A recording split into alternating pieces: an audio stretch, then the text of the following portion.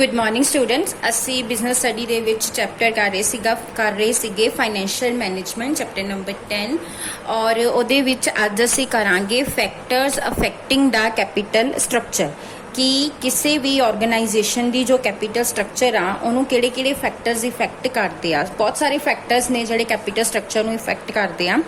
मैं तुहानूं पिछले लैक्चर च दस्सिया सी कि कैपिटल स्ट्रक्चर की हुंदी आ। कैपिटल स्ट्रक्चर आ proportion of equity and debt in total business finance. भी जदों तुहानूं बिजनेस नूं चलाउण लई फंड्स की जरूरत आ उहनूं असीं टोटल फाइनैशियल रिक्वायरमेंट कह दिंदे आ ते उस फाइनैशियल रिक्वायरमेंट दे विच किन्ना पोर्शन तुसीं इक्विटी दा इशू करना आ ते किन्ना पोर्शन तुसीं डैट रेस करने आ उहनूं असीं ओहदी कैपिटल स्ट्रक्चर कहने आ। हुण किहड़े-किहड़े फैक्टर्स ने जिहड़े कि कैपिटल स्ट्रक्चर नूं इफेक्ट करदे आ। सब तो पहला फैक्टर हैगा फाइनैशियल लीवरेज और trading on equity. Financial leverage की हुंदी आ स्टूडेंट्स, मैं तुहानूं पिछले ही लैक्चर दे विच दस्सिया सीगा जदों companies fixed cost bearing securities issue करदियां आ विद द इक्विटी उहनूं असीं फाइनैशियल लीवरेज कहने आ। अगर जिहड़ा साडा कॉस्ट ऑफ डैट हैगा आ वो घट आ रिटर्न दे नालों तां कंपनीज जिहड़ियां ने प्रैफर करदियां ने डैट इशू करन दे लई। ਉਹਦੇ ਨਾਲ ਕੀ ਹੁੰਦਾ ਆ ਕਿ ਜਿਹੜੇ ਇਕੁਇਟੀ ਸ਼ੇਅਰ ਹੋਲਡਰਸ ਆ ਉਹਨਾਂ ਦਾ ਅਰਨਿੰਗ ਪਰ ਸ਼ੇਅਰ ਇਨਕਰੀਜ਼ ਹੋ ਜਾਂਦਾ ਆ। ਸੋ ਸੈਕਿੰਡ ਕੀ ਹੁੰਦਾ ਆ ਕਿ ਜਿਹੜੇ ਅਸੀਂ ਡੈਟ ਇਸ਼ੂ ਕੀਤੇ ਆ ਉਹਨਾਂ ਨੂੰ ਜੋ ਅਸੀਂ ਇੰਟਰਸਟ ਪੇ ਕਰਦੇ ਆ ਉਸ ਇੰਟਰਸਟ ਨੂੰ as a allowable expense income and expenditure च या P&L च शो किया जाता है। सो ਉਹਦੇ ਨਾਲ ਕੀ ਹੁੰਦਾ ਸਾਡਾ टैक्स भी रिड्यूस हो जाता। सो ਉਹਦੇ ਨਾਲ फाइनैशियल लिवरेज होर भी वध जाती है यानी कि इक्विटी शेयर होल्डर्स ਨੂੰ अर्निंग पर शेयर होर भी वध मिलता है। सो इस केस दे विच फाइनैशियल लिवरेज जिहड़ी आ ਉਹ फायदेमंद हुंदी आ कंपनीज ਨੂੰ। बट कई वेले की हुंदा कि अगर जिहड़ी कॉस्ट ऑफ डैट है अगर वो घट हैगी आ ते फिर तां फाइनैशियल लिवरेज फायदेमंद आ। बट अगर कॉस्ट ऑफ डैट तुहाडी रिटर्न दे नालों जिहड़ी तुहाडी इन्वेस्टमेंट दी रिटर्न आ अगर ਉਹਦੇ ਨਾਲੋਂ ਉਹ ਜ਼ਿਆਦਾ ਆ ਫਿਰ ਉਸ ਕੇਸ ਦੇ ਵਿੱਚ ਤੁਹਾਨੂੰ ਜਿਹੜੀ ਹੈਗੀ ਆ फाइनैशियल लिवरेज ਨੈਗੇਟਿਵ ਇੰਪੈਕਟ ਵੀ ਦਿੰਦੀ ਆ। ਉਸ ਤੋਂ ਬਾਅਦ ਸਾਡਾ ਜਿਹੜਾ ਸੈਕਿੰਡ ਪੁਆਇੰਟ ਹੈਗਾ ਉਹ ਹੈ growth and stability of sale. किसी भी फर्म की कैपिटल स्ट्रक्चर ओदी सेल की ग्रोथ और स्टेबिलिटी ते भी डिपेंड करती आ। अगर कंपनी की सेल जो आ ਉਹ ਸਟੇਬਲ ਆ ਔਰ ਗਰੋ ਕਰ ਰਹੀ ਆ ਫਿਰ ਉਸ ਕੇਸ ਦੇ ਵਿੱਚ ਕੰਪਨੀ ਡੈਟ ਇਸ਼ੂ ਕਰ ਸਕਦੀ ਆ ਕਿਉਂਕਿ ਕੰਪਨੀ ਡੈਟਸ ਦੀਆਂ ਜਿਹੜੀਆਂ ਇੰਟਰਸਟ ਦੀਆਂ ਪੇਮੈਂਟਸ ਆ ਉਹ ਟਾਈਮਲੀ ਪੇ ਕਰ ਸਕੇਗੀ ਕਿਉਂਕਿ ਉਹਦੀ ਜਿਹੜੀ ਸੇਲ ਹੈਗੀ ਆ ਉਹ ਸਟੇਬਲ ਆ। ਬਟ ਅਗਰ ਕਿਸੇ ਕੰਪਨੀ ਦੀ ਸੇਲ ਸਟੇਬਲ ਨਹੀਂ ਆ ਫਿਰ ਉਸ ਕੰਪਨੀ ਨੂੰ ਡੈਟ ਇਸ਼ੂ ਕਰਨ ਦੀ ਜਗ੍ਹਾ ਤੇ ਇਕੁਇਟੀ ਇਸ਼ੂ ਕਰਨ ਨੂੰ ਪ੍ਰੈਫਰੈਂਸ ਦੇਣੀ ਚਾਹੀਦੀ ਆ। ਉਸ ਤੋਂ ਬਾਅਦ ਆ ਕਾਸਟ ਆਫ ਕੈਪੀਟਲ। ਜਦੋਂ ਵੀ ਅਸੀਂ ਕੈਪੀਟਲ ਇਸ਼ੂ ਕਰਦੇ ਆ ਤਾਂ ਹਰ ਤਰ੍ਹਾਂ ਦੀ ਕੈਪੀਟਲ ਲਈ ਸਾਨੂੰ ਕਾਸਟ ਪੇ ਕਰਨੀ ਪੈਂਦੀ ਆ। ਜਿਹੜੇ ਇਕੁਇਟੀ ਸ਼ੇਅਰ ਹੋਲਡਰਸ ਨੇ ਉਹਨਾਂ ਨੂੰ ਸਾਨੂੰ ਡਿਵੀਡੈਂਡ ਦੇਣਾ ਪੈਂਦਾ ਆ ਤੇ ਜਿਹੜੇ ਡਿਵੈਂਚਰ ਹੋਲਡਰ ਨੇ ਜਾਂ ਲੋਨ ਆ ਉਹਨਾਂ ਨੂੰ ਸਾਨੂੰ ਇੰਟਰਸਟ ਪੇ ਕਰਨਾ ਪੈਂਦਾ ਆ। ਸੋ ਕੈਪੀਟਲ ਸਟਰਕਚਰ ਨੂੰ ਜਦੋਂ ਵੀ ਬਣਾਉਣਾ ਆ ਇਸ ਗੱਲ ਨੂੰ ਧਿਆਨ 'ਚ ਰੱਖਣਾ ਆ ਕਿ ਜਿਹੜਾ ਵੀ ਸੋਰਸ ਤੁਸੀਂ ਚੂਜ਼ ਕਰ ਰਹੇ ਹੋ ਫੰਡਸ ਰੇਜ਼ ਕਰਨ ਲਈ ਉਹਦੀ ਕਾਸਟ ਤੁਹਾਨੂੰ ਕਿੰਨੀ ਪਏਗੀ। ਸੋ ਜਦੋਂ ਜਿਵੇਂ ਅਸੀਂ ਅਗਰ ਡਿਵੈਂਚਰ ਇਸ਼ੂ ਕੀਤੇ ਆ ਤਾਂ ਇੱਕ ਤਾਂ ਸਾਨੂੰ ਉਹਨਾਂ ਨੂੰ ਫਿਕਸਡ ਰੇਟ ਤੇ ਇੰਟਰਸਟ ਪੇ ਕਰਨਾ ਪਏਗਾ ਔਰ ਇੰਟਰਸਟ ਪੇ ਕਰਨਾ ਇੱਕ ਲੀਗਲ ਓਬਲੀਗੇਸ਼ਨ ਆ। ਮਤਲਬ ਚਾਹੇ ਕੰਪਨੀ ਨੂੰ ਪ੍ਰੋਫਿਟ ਆ ਜਾਂ ਲਾਸ ਆ ਉਹਨੂੰ ਇੰਟਰਸਟ ਪੇ ਕਰਨਾ ਹੀ ਪਏਗਾ। ਔਰ ਜਦੋਂ ਕੰਪਨੀ ਬੰਦ ਹੋਏਗੀ ਉਦੋਂ ਵੀ ਲੋਨ ਨੂੰ ਤੇ ਡਿਵੈਂਚਰਸ ਨੂੰ ਪੇਮੈਂਟ ਵੇਲੇ ਵੀ ਪ੍ਰਾਇੋਰਟੀ ਦੇਣੀ ਪੈਂਦੀ ਆ।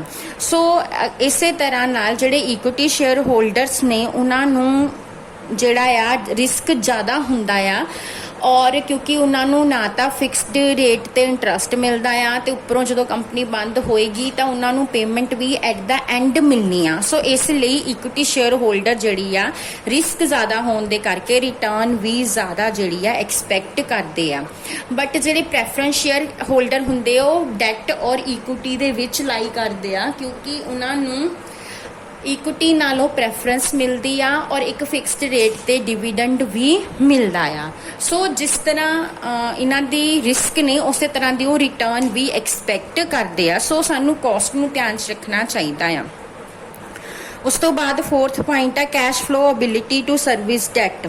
ਜਿਹੜੀਆਂ ਫਰਮਸ ਜ਼ਿਆਦਾ ਕੈਸ਼ ਇਨਫਲੋ ਜਨਰੇਟ ਕਰ ਸਕਦੀਆਂ ਆ ਉਹਨਾਂ ਨੂੰ ਹੀ ਆਪਣੀ ਕੈਪੀਟਲ ਸਟਰਕਚਰ ਦੇ ਵਿੱਚ ਜ਼ਿਆਦਾ ਡੈਟਸ ਰੱਖਣੇ ਚਾਹੀਦੇ ਆ, ਕਿਉਂਕਿ ਡਿਵੈਂਚਰ ਹੋਲਡਰ ਨੂੰ ਤੁਸੀਂ ਟਾਈਮਲੀ ਇੰਟਰਸਟ ਦੀ ਪੇਮੈਂਟ ਵੀ ਕਰਨੀ ਆ, ਉਹ ਤਾਂ ਹੀ ਕੀਤੀ ਜਾ ਸਕੇਗੀ ਅਗਰ ਫਰਮ ਦੇ ਕੋਲ ਕੈਸ਼ ਹੋਏਗਾ।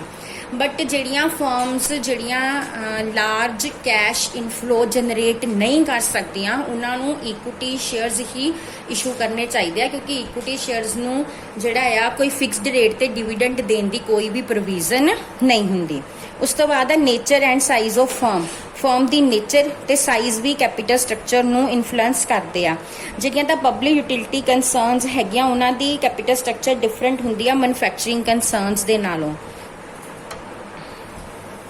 ਪਬਲਿਕ ਯੂਟਿਲਿਟੀ ਕੰਸਰਨਸ ਜ਼ਿਆਦਾ ਡੈਟ ਰੇਜ਼ ਕਰ ਸਕਦੀਆਂ ਕਿਉਂਕਿ ਉਹਨਾਂ ਦੀ ਅਰਨਿੰਗ ਸਟੇਬਲ ਤੇ ਰੈਗੂਲਰ ਹੁੰਦੀ ਆ, ਬਟ ਜਿਹੜੀਆਂ ਸਾਡੀਆਂ ਮੈਨੂਫੈਕਚਰਿੰਗ ਆਰਗੇਨਾਈਜੇਸ਼ਨਸ ਨੇ ਉਹਨਾਂ ਨੂੰ ਜ਼ਿਆਦਾ ਇਕੁਇਟੀ ਕੈਪੀਟਲ ਤੇ ਹੀ ਡਿਪੈਂਡ ਕਰਨਾ ਪੈਂਦਾ ਕਿਉਂਕਿ ਉਹਨਾਂ ਦੀ ਅਰਨਿੰਗ ਜੋ ਹੈ ਉਹ ਸਟੇਬਲ ਨਹੀਂ ਹੁੰਦੀ।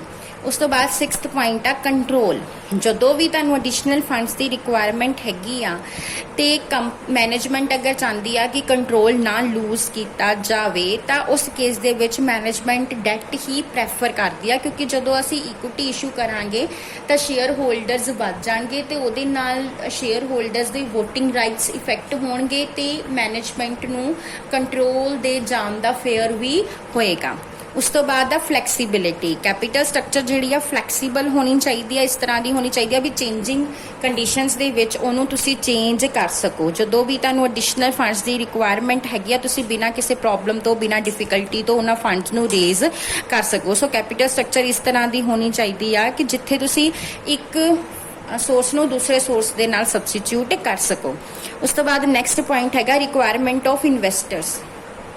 ਕੈਪੀਟਲ ਸਟਰਕਚਰ ਡਿਸਾਈਡ ਕਰਨ ਦੇ ਟਾਈਮ ਤੇ ਇਨਵੈਸਟਰਸ ਦੀਆਂ ਰਿਕੁਆਇਰਮੈਂਟ ਨੂੰ ਵੀ ਧਿਆਨ 'ਚ ਰੱਖਣਾ ਚਾਹੀਦਾ ਆ। ਕੰਪਨੀ ਨੂੰ ਇੰਸਟੀਟਿਊਸ਼ਨਲ ਤੇ ਪ੍ਰਾਈਵੇਟ ਇਨਵੈਸਟਰਸ ਦੋਨਾਂ ਦੀਆਂ ਰਿਕੁਆਇਰਮੈਂਟ ਨੂੰ ਮੀਟ ਕਰਨਾ ਹੁੰਦਾ ਆ। ਅਗਰ ਡੈਟ ਫਾਈਨਾਂਸਿੰਗ ਜਿਹੜੀ ਹੈਗੀ ਆ ਯੂਜ਼ ਕੀਤੀ ਜਾਂਦੀ ਆ ਤੇ ਇਨਵੈਸਟਰਸ ਨੂੰ ਅਸੀਂ 3 ਹੈਡਸ ਦੇ ਵਿੱਚ ਡਿਵਾਈਡ ਕਰ ਦਿੰਦੇ ਆ, bold investor, cautious investors and less cautious investor. ਜਿਹੜੇ ਬੋਲਡ ਇਨਵੈਸਟਰ ਆ ਉਹ ਕਿਸੇ ਤਰ੍ਹਾਂ ਦਾ ਵੀ ਰਿਸਕ ਲੈਣ ਲਈ ਤਿਆਰ ਹੁੰਦੇ ਆ ਕਿਉਂਕਿ ਉਹ ਕੈਪੀਟਲ ਗੇਨ ਨੂੰ ਪ੍ਰੈਫਰ ਕਰਦੇ ਆ, ਸੋ ਉੱਥੇ ਇਕੁਇਟੀ ਸ਼ੇਅਰ ਕੈਪੀਟਲ ਬੈਸਟ ਹੁੰਦੀ ਆ।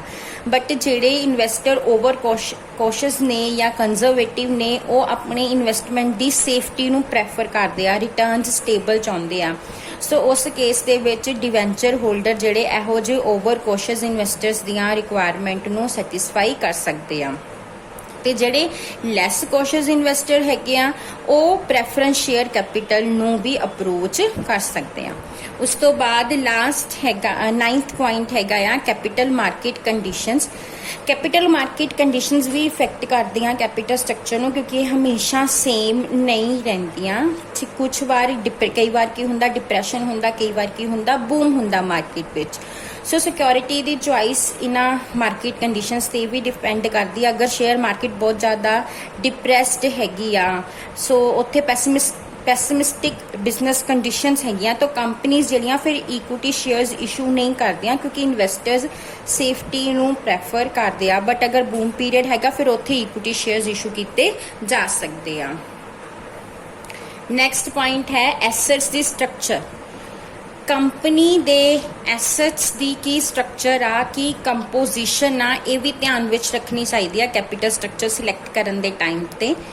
ਅਗਰ ਫਿਕਸਡ ਐਸੈਟਸ ਜ਼ਿਆਦਾ ਹੈਗੇ ਆ ਕੰਪਨੀ ਦੇ ਟੋਟਲ ਐਸੈਟਸ ਤੇ ਤਾਂ ਕੰਪਨੀ ਲੌਂਗ ਟਰਮ ਡੈਟਸ ਨੂੰ ਜਿਹੜਾ ਆ ਪ੍ਰੈਫਰ ਕਰ ਸਕਦੀ ਆ। ਉਸ ਤੋਂ ਬਾਅਦ ਆ ਪਰਪਸ ਆਫ ਫਾਈਨਾਂਸਿੰਗ। ਹੁਣ ਫੰਡਸ ਕਿਉਂ ਰੇਸ ਕੀਤੇ ਜਾ ਰਹੇ ਆ? ਅਗਰ ਤਾਂ ਪ੍ਰੋਡਕਟਿਵ ਪਰਪਸ ਲਈ ਰੇਸ ਕੀਤੇ ਜਾ ਰਹੇ ਫਿਰ ਤਾਂ ਡੈਟ ਫਾਈਨਾਂਸਿੰਗ ਸੁਟੇਬਲ ਆ, ਬਟ ਸੋ ਕੰਪਨੀ ਡਿਵੈਂਚਰਸ ਇਸ਼ੂ ਕਰ ਸਕਦੀ ਆ ਕਿਉਂਕਿ ਪ੍ਰੋਡਕਟਿਵ ਪਰਪਸ ਨਾਲ ਕੰਪਨੀ ਨੂੰ ਪ੍ਰੋਫਿਟ ਹੋਏਗਾ ਤੇ ਕੰਪਨੀ ਇੰਟਰਸਟ ਦੀ ਪੇਮੈਂਟ ਈਜ਼ੀਲੀ ਕਰ ਸਕੇਗੀ।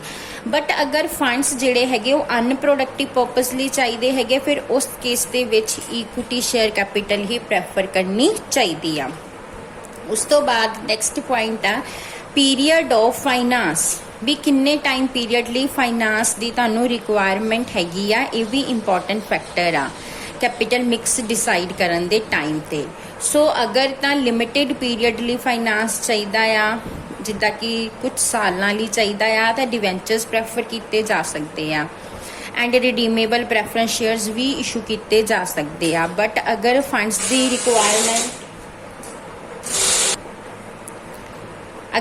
ਦੀ ਰਿਕੁਆਇਰਮੈਂਟ ਪਰਮਾਨੈਂਟ ਬੇਸਿਸ ਤੇ ਹੈਗੀ ਆ, ਤਾਂ ਉਸ ਕੇਸ ਦੇ ਵਿੱਚ ਇਕੁਇਟੀ ਸ਼ੇਅਰ ਕੈਪੀਟਲ ਨੂੰ ਹੀ ਇੰਪੋਰਟੈਂਸ ਦੇਣੀ ਚਾਹੀਦੀ ਆ। ਉਸ ਤੋਂ ਬਾਅਦ ਨੈਕਸਟ 13th ਪੁਆਇੰਟ ਆ ਕੋਸਟ ਆਫ ਫਲੋਟੇਸ਼ਨ।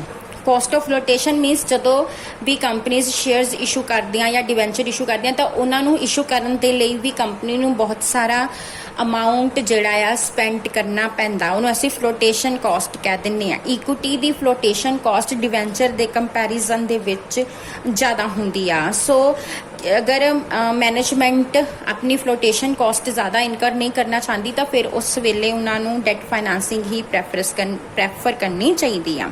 ਉਸ ਤੋਂ ਬਾਅਦ 14th ਪੁਆਇੰਟ ਆ ਪਰਸਨਲ ਕੰਸੀਡਰੇਸ਼ਨ ਦਾ।